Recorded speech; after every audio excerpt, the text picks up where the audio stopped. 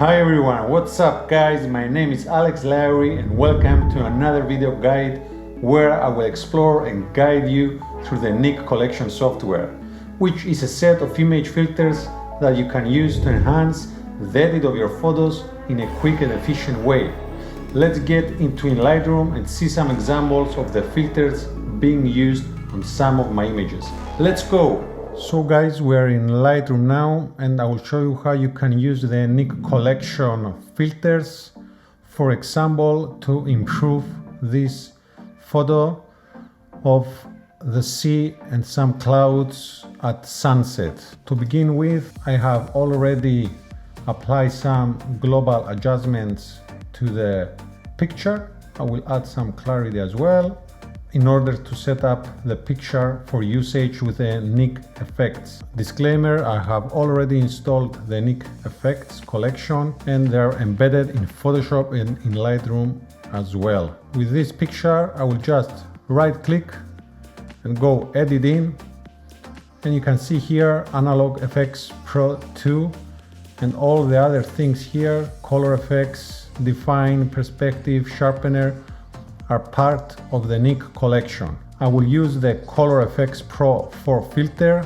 which has some nice presets to play with. So I press edit. We're now in Color Effects Pro, which is part of the NIK collection filters, and here I will add some presets that will enhance the photo that you see here. For example, here you have all filters and they are divided into some categories like film, wedding, nature, portrait. As you can see, I have favored some filters that I like and use often, and thus I can go to the favorites category and choose a filter to enhance my photo. I will start by selecting the tonal contrast filter, which is a great way to enhance contrast of the clouds, but you don't need to apply too much. You can see how this dramatic effect enhances the clouds. But I will lower the midtones a bit, around 19%. And if I untick this, you can see the before and after. It adds a subtle effect to the clouds, and with this control point here, if I press the plus button, I can insert in my picture where I want this effect to be applied. You see here, I will apply it for the clouds only. So I can duplicate the effect by pressing Option Alt and dragging my mouse, and thus I'm adding this effect to the clouds only, as I don't want that much contrast in my foreground. If I press before and after now, you see the difference only in the clouds.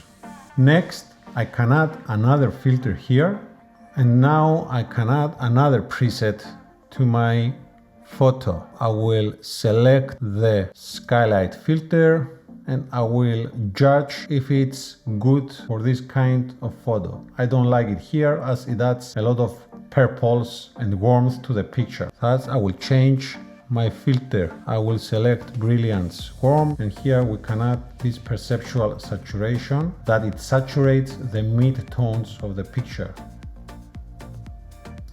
So you can see the before and after, just a bit. Next, I will add another filter and I will select Classical Soft Focus, which adds a softness in a part of the photo we like. There are different methods here that you can use. I will select Diffusion Method 3 and I will add again a control point to my background only, as I don't want this filter to be present at the foreground, as I want it to be sharp. So before and after, you can see a minor effect in our background where the sun is. And now I will save it and we'll go back in Lightroom. We are now back in Lightroom And here we can see that it created another picture with the TIFF file rather than the raw file, which is this one. And you can see the before and after my NIK presets have been applied. It adds a bit of contrast and saturation to the places I wanted. It's a nice difference, guys. What do you think? Tell me down in the comments. Next, I will try and exaggerate some effects by using this picture as an example. I will remove the effects in this picture in order to show you the true power of the NIK effects in a simple composition as this. Thus, I will go to my develop settings and press reset. You can see this is the picture. I will just crop it to be the same as before in 16:9 aspect ratio. And now again I will go to edit in Color Effects Pro. So let's head to the NIK collection filters again. Here I will add some tonal contrast to enhance my clouds. As you can see before and after, it makes the clouds more dramatic, especially if you have some bad weather. I will leave it like this, no control points or anything. It will affect the whole picture. I will add another filter and we can use now the colorize preset, which is a nice preset for applying a color to the whole picture and thus removing some colors.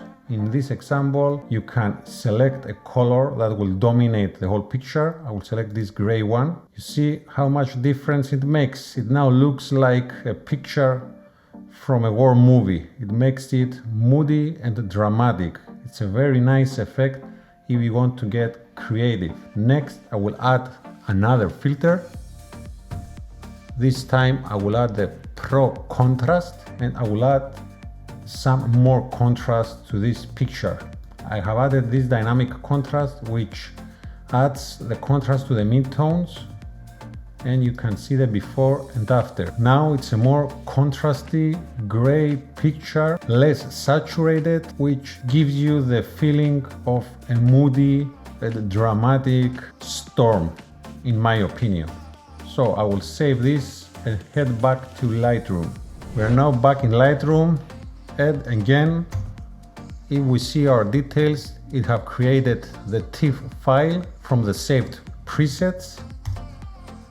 And now you can further enhance this photo in Lightroom in the usual way that you know. But I will not do this for this tutorial, as I will show you some other pictures that you can edit in the NIK collection. I will use, for example, this sunset picture, which has these purple and yellow sunset colors. Again, I will reset my adjustments.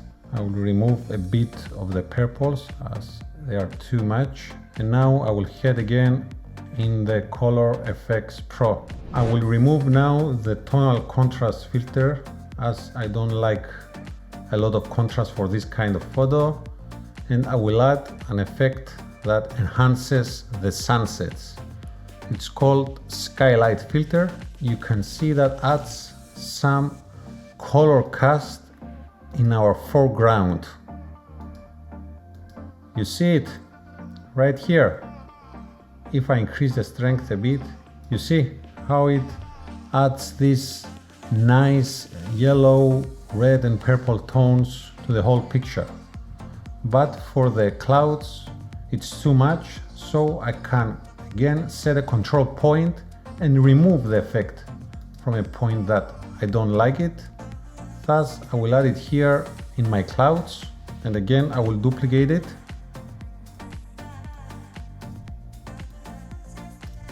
Because from the start the photo had a lot of color in the cloud, the sun area, and now we can see that it adds this color cast to the foreground of our picture. Next, because this is a slow shutter picture, in order to get this effect from the water, I will add a nice glow to this water by adding the Glamour Glow filter, and I will increase the strength a bit, and you can see how it softens the picture. So if we see before and after, you can see here the water that it adds some glow and softness. Again, I will add some control points to these parts only. I will duplicate it to here and here, and I think we are okay. When we see the before and after, it gives it a different vibe and feel. And I will save this. We are back in Lightroom, and here is the picture without the filters, and here it is with the filters. It makes it a bit more alive. Again, without any adjustments at all until now. I will remove a bit the saturation, and that's it. Especially this picture, I don't think it needs anything else. Of course, the correct way to edit a picture is to go to Photoshop as well if you want to make a very good and nice edit. But for the purpose of this tutorial, that was to show the NIK collection filter, you can see that you can make a lot of difference with just the filters. So this is it, guys, for the NIK collection filters, just a glimpse of the power that they have. And I will leave you in the end with some before and after in order to have a look at your own and judge the effects. Closing this tutorial, NIK collection is a set of creative tools at your disposal that can quickly transform your image in a set of creative directions that you may have imagined in your photo. Let me know your thoughts down in the comments. Anyway, thank you for watching, and if the video was useful to you, do not forget to subscribe, as this will help me bring you more helpful content around photography and videography. See you at the next video.